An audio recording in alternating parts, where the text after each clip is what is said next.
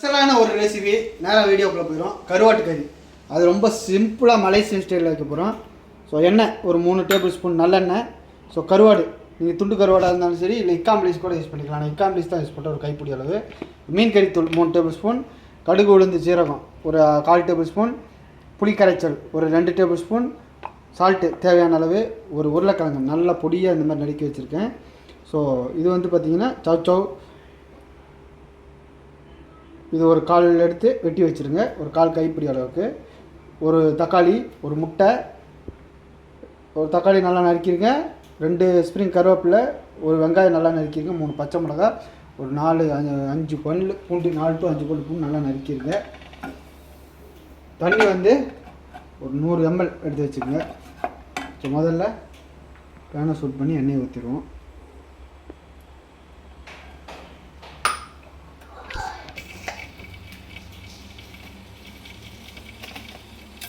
கடுகு உளுந்து ஜீரகம் போட்டாச்சு, பொரிஞ்சு வரட்டும்.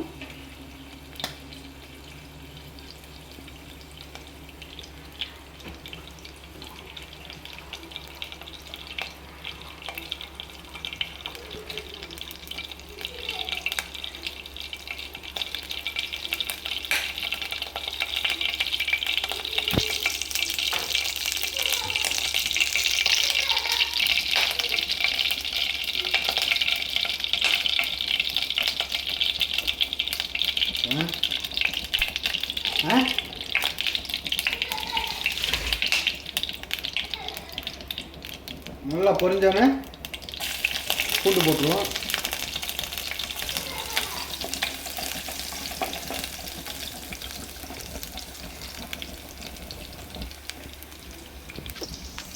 பூண்டு நல்லா கோல்டன் ப்ரௌன் ஆகட்டும். ஸோ இப்போ கருவேப்பிலை போட்டுருவோம், பச்சை மிளகா,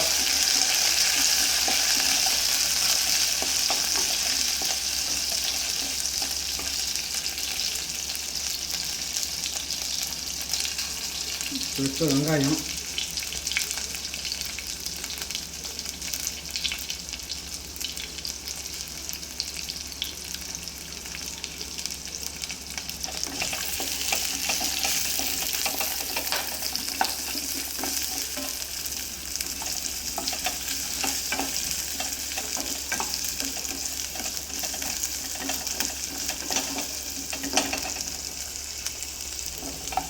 வெங்காயம் நல்லா வதங்கட்டும். இதோட வந்து உருளைக்கிழங்கு போட்டுருவோம். சவ்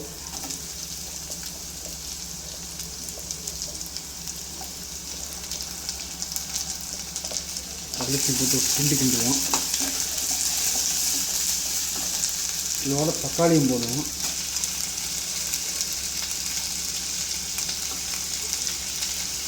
கிண்டுவோம். இதோட வந்து புளி கரைச்சலை ஊற்றிடுவோம்.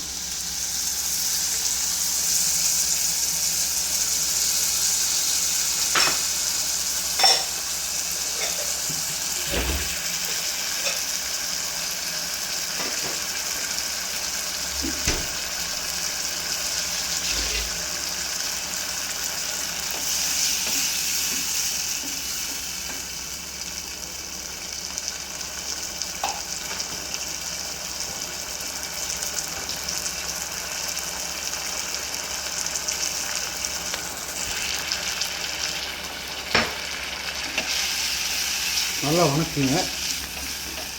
தக்காளி வந்து லைட்டாக மசியல் ஆகட்டும். ஒரு 3 to 4 minutes நல்லா வணக்குங்க.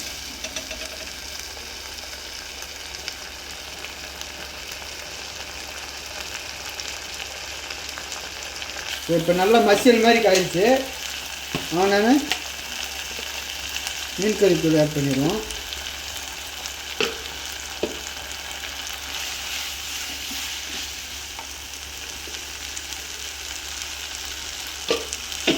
ஆட் பண்ணியாச்சு. இப்போ தண்ணி ஊற்றுவோம்.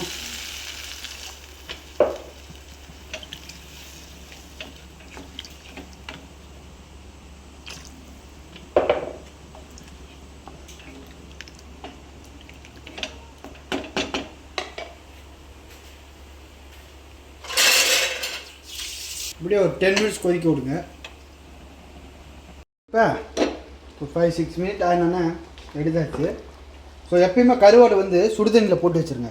சுடுதண்ணியில் போட்டு ஒரு 10 to 20 மினிட்ஸ் வச்சிங்கன்னா அதில் இருக்க உப்பெல்லாம் இறங்கிடும். ஸோ இப்போ எடுத்து போட்டுருவோம் கருவாடை. கம்ப்ளீஸ்.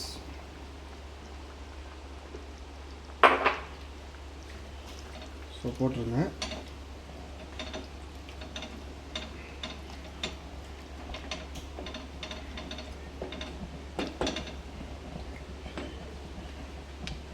இப்போ சால்ட்டு செக் பண்ணி பாருங்கள். எப்பவுமே பாதி சால்ட்டு போடுங்க. ஓகே, ஏன்னா கருவாட்டில் கொஞ்சம் உப்பு இருக்கும்.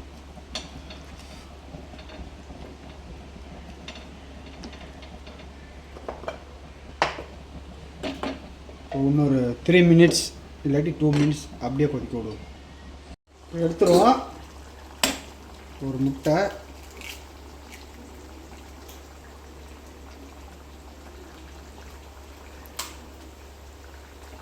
அடித்து அதில் விட்டு அப்படியே கிண்டி விடுவோம்.